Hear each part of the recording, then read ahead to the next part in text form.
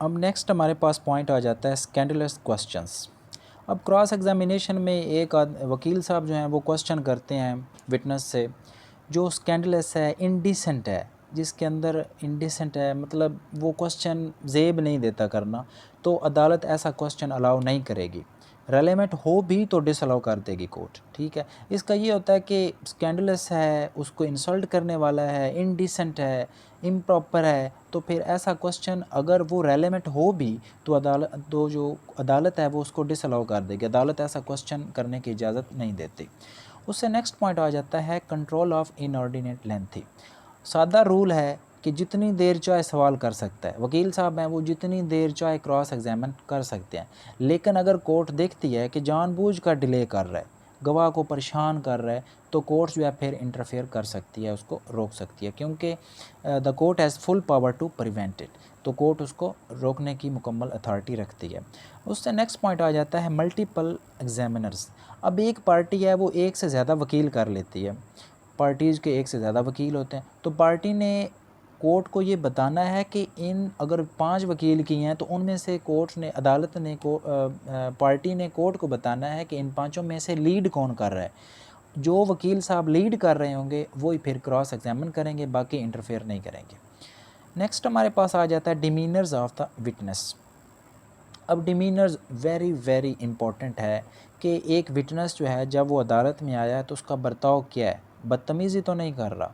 तो इसकी रेफरेंस भी बहुत ज़्यादा दिए गए हैं, इसका हेल्ड भी बड़ा इंपॉर्टेंट है। इसका रेफरेंस जो है वो CRPC के सेक्शन 363 में भी बताया गया है।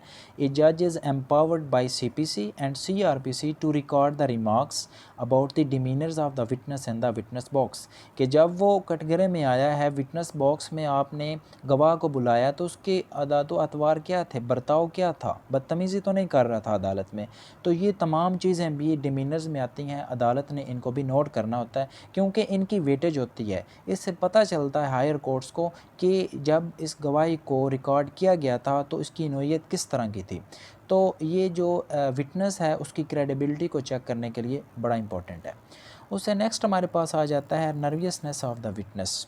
अब एक विटनेस है जब वो अदालत में आता है तो ज़ाहिर बात है अगर नया बंदा है, गवाह नर्वस तो हो ही जाता है। अब डिमीनर्स में और नर्वियसनेस में फ़र्क होता है। डिमीनर्स तो एक अलग बात है, लेकिन नर्वियसनेस जो है ये एक नेचुरल है। एक आदमी जब किसी दूसरे बंदे से बात भी हो सकता है, एक देहाती आदमी है जब वो अदालत में पेश हो गवाही देने के लिए तो नर्वस तो होगा।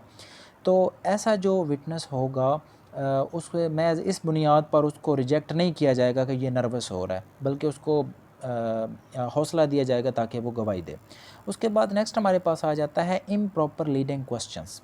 इम्प्रॉपर, अब इसमें ये होता है कि इम्प्रॉपर लीडिंग क्वेश्चंस की इजाज़त नहीं दी जाती कि वकील साहब क्वेश्चन करते हैं, अपनी मर्ज़ी का जवाब सुनते जाएं, जल्दी जल्दी सवाल करता जाता है और जवाब लेता जाता है। तो इसकी इजाज़त कोर्ट नहीं देती कि आप ज़बरदस्ती उसके मुंह में एक क्वेश्चन दें और जल्दी जल्दी आप उससे एक आंसर सुन लें। अदालत इसकी भी इजाज़त नहीं देती। उसके बाद हमारे पास आ जाता है compound questions in cross examination.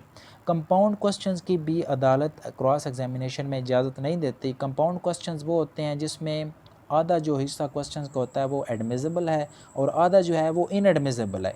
मिसाल के तौर पर आधा जो एडमिसिबल है वो आपने क्वेश्चन ठीक किया है, लेकिन आधा जो है वो आपने इनडिसेंट कर दिया है, वो स्कैंडलस कर दिया है। तो ये जो कंपाउंड क्वेश्चन होगा ये अदालत इसको डिसअलाउ करेगी, ये आपको क्वेश्चन करने की इजाज़त नहीं होगी। उसके बाद हमारे पास आ जाता है अननोइंग और ऑफेंसिव क्वेश्चंस। अब एक आदमी है जिसकी नीयत ही है कि वो उस गवाह की इंसल्ट करेगा, तो ऐसा क्वेश्चन से अदालत उसको रोक देगी कि वो ऐसा क्वेश्चन ना करे। उसके बाद आ जाता है ऑब्जेक्शन टू इम्प्रॉपर क्वेश्चन।